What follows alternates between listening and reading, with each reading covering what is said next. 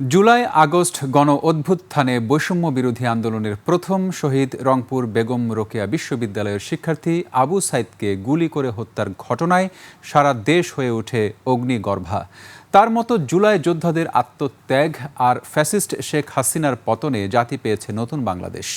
পুলিশের গুলির সামনে বুক চিতিয়ে মৃত্যুকে আলিঙ্গন করার ঘটনায় এনে দিয়েছে দ্বিতীয় স্বাধীনতা, এমনটাই বললেন আবু সাইদের সহযোদ্ধারা।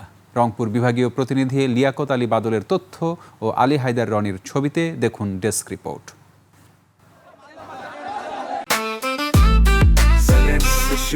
জেনেক্সে শিফট করো, লাইফকে লিফট করো।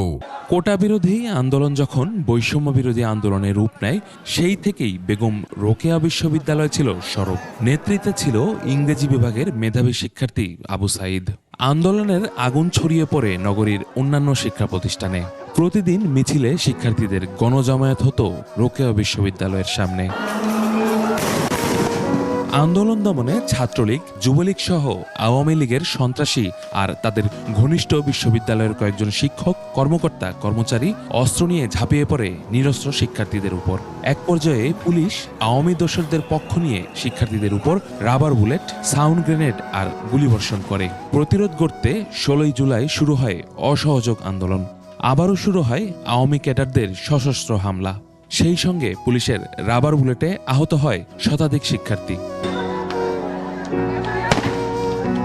এমন পরিস্থিতির এক পর্যায়ে পুলিশের সামনে দাঁড়িয়ে বুক চিতিয়ে দেন আবু সাইদ। গুরুতর আহত হয়ে মাটিতে লুটিয়ে পড়লে হাসপাতালে নেবার পথেই শহীদ হন তিনি। একদম দিনের পরিষ্কার আলোতে পুলিশ এখানকার আমাদের আবু সাইদ ভাই, আমাদের সহযোদ্ধা, আমার অন্যতম সহযোদ্ধা, তাকে গুলি করে হত্যা করে এবং সেই একই মুহূর্তে আমি নিজে গুলিবিদ্ধ হই।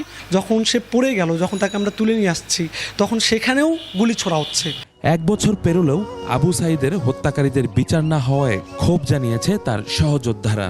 ডক্টর মোহাম্মদ ইউনূস সেদিন এসে কথা দিয়ে গিয়েছেন, আবু সাইদ ভাইয়ের কবর জিয়ারত করে গিয়েছেন, কিন্তু দুঃখের সাথে বলতে হয় 1 জুলাই চলে আসলো, এখন আমরা আবু সাইদ হত্যার বিচার পাইনি। মূল হত্যাকারী তাদেরকে দ্রুতই আইনের আওতায় আনা হোক এবং বিচার প্রক্রিয়া সম্পন্ন করা হোক। তাদেরকে এখনো আপনার বিচারে কাঠগড়ায় দাঁড় করাতে পারেনি, এটা আসলে খুবই বিশাল বড় একটা ব্যর্থতা। একই দাবি জানিয়েছেন আবু সাইদ হত্যা মামলার অন্যতম সাক্ষী রোকেয়া বিশ্ববিদ্যালয়ের শিক্ষক অধ্যাপক তুহিন ওয়াদুদ। এটি কিন্তু প্রকাশ্য দিবালোকেই ঘটেছে। ফলে আমরা চাই খুব দ্রুত আবু সাইদ হত্যা মামলায় যারা যুক্ত আছে তাদেরকে দৃষ্টান্তমূলক শাস্তির আওতায় আনা হোক। শহীদ আবু সাইদের আত্মত্যাগের উদ্দেশ্য সহ হত্যাকাণ্ডের বিচার দ্রুত নিষ্পত্তির দাবি শিক্ষক, শিক্ষার্থী সহ সর্বস্তরের মানুষের।